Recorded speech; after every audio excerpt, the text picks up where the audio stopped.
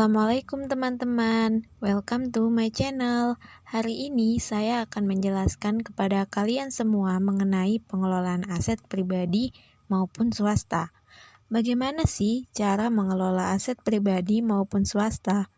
Sebelum kita masuk ke cara mengelola aset, kita harus tahu dulu nih, apa itu aset dan klasifikasi aset.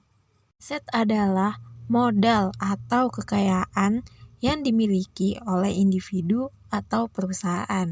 Nah, untuk lebih memberikan gambaran terkait modal atau kekayaan seperti apa yang harus dilindungi dan bagaimana cara melindunginya, sebaiknya Anda perlu mengetahui terlebih dahulu berbagai jenis aset yang ada.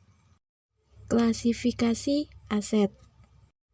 Aset diklasifikasikan menjadi 3 golongan utama, yaitu aset berdasarkan konvertibilitas, aset berdasarkan keberadaan fisik, dan aset berdasarkan penggunaannya. Aset berdasarkan konvertibilitas. Aset ini terbagi menjadi 2 jenis, yaitu aset lancar dan tidak lancar. Aset lancar adalah aset yang dapat dengan mudah dikonversikan menjadi uang tunai. Misalnya, kas, surat berharga atau saham atau obligasi, piutang dagang, persediaan barang dagang, dan deposito jangka pendek. Sedangkan aset tidak lancar adalah aset yang tidak dapat dengan mudah dikonversikan menjadi uang tunai. Misalnya, tanah, bangunan, mesin, peralatan, paten, dan merek dagang. Aset berdasarkan keberadaan fisik. Aset golongan ini terbagi ke dalam 2 jenis, yaitu aset berwujud dan aset tak berwujud. Aset berwujud adalah aset yang memiliki keberadaan fisik, yaitu bisa dilihat, bisa disentuh, dan bisa dirasakan. Misalnya tanah, bangunan, mesin, peralatan, kas, persediaan barang dagang, dan juga surat berharga. Aset tak berwujud adalah aset yang tidak memiliki keberadaan fisik. Misalnya hak paten, hak cipta, hak sewa, merek dagang, izin, dan lain sebagainya. Aset berdasarkan penggunaannya. Aset ini terbagi menjadi 2 golongan, yaitu aset operasi dan aset non-operasi. Aset operasi adalah aset yang dipergunakan untuk menjalankan kegiatan operasional sehari-hari. Misalnya, kas, persediaan barang dagang, bangunan, mesin, peralatan, hak paten, dan hak cipta.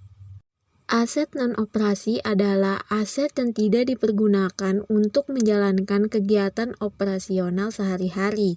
Misalnya, investasi jangka pendek, surat berharga atau saham dan obligasi, dan juga tanah kosong.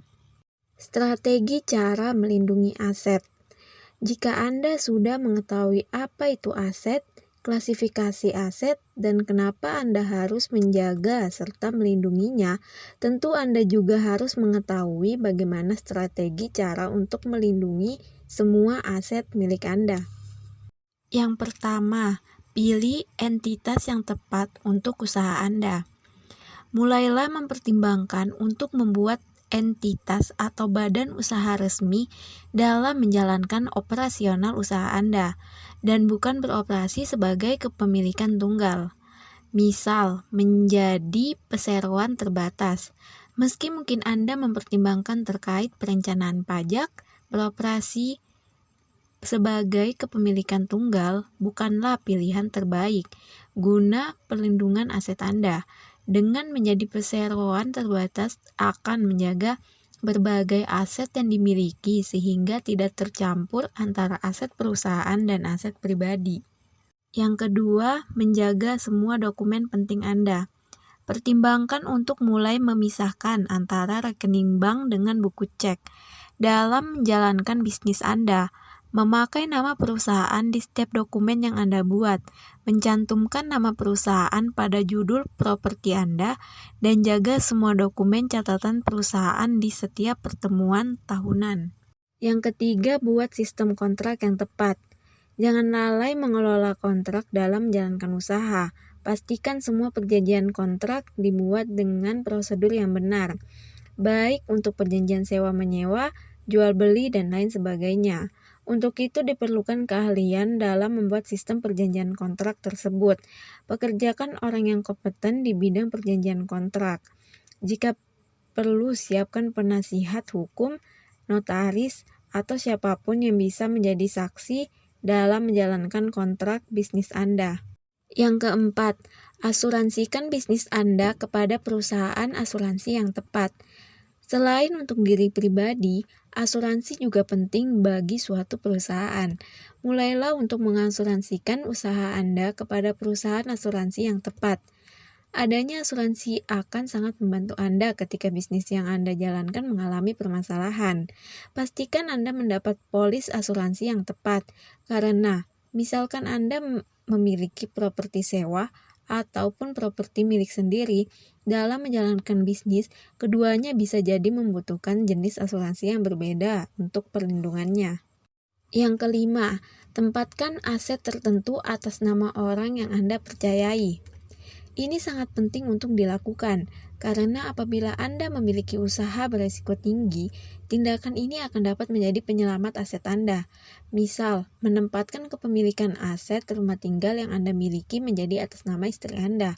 Apabila suatu saat Anda mengalami permasalahan dengan kreditur dan mengalami kebangkrutan, maka rumah tinggal atas nama istri Anda akan tetap terlindungi.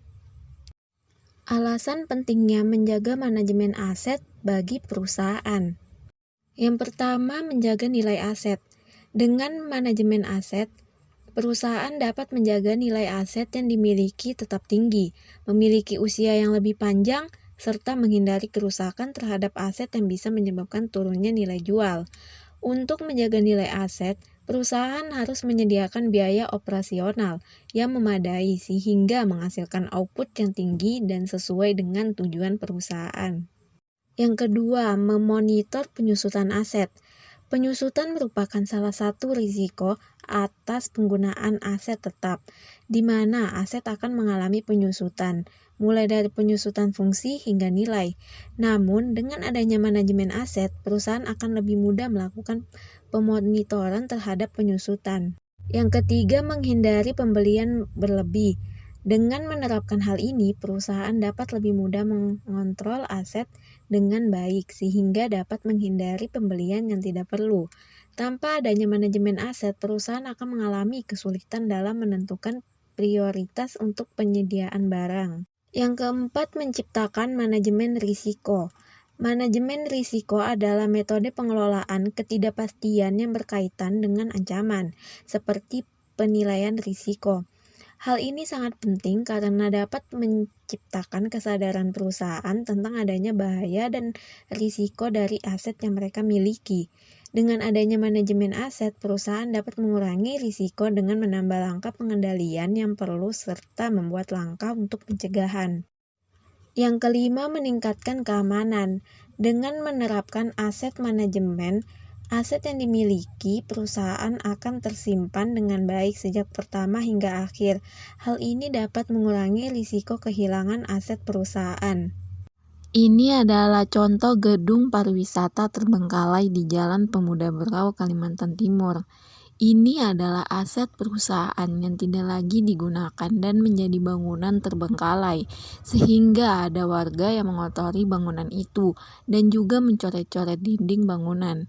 Ada juga anak-anak remaja yang menjadikan tempat tersebut untuk meminum minuman keras. Bisa dilihat sendiri betapa kotornya bangunan itu. Ini karena kurangnya manajemen aset dalam melindungi dan juga menjaga aset tersebut, sehingga perusahaan itu tidak lagi mengurus bangunan tersebut. Inilah kenapa kita harus mengetahui manajemen dalam menjaga dan melindungi aset pribadi maupun swasta, agar tidak merugikan kita dan juga akan memberikan keuntungan kepada kita ke depannya.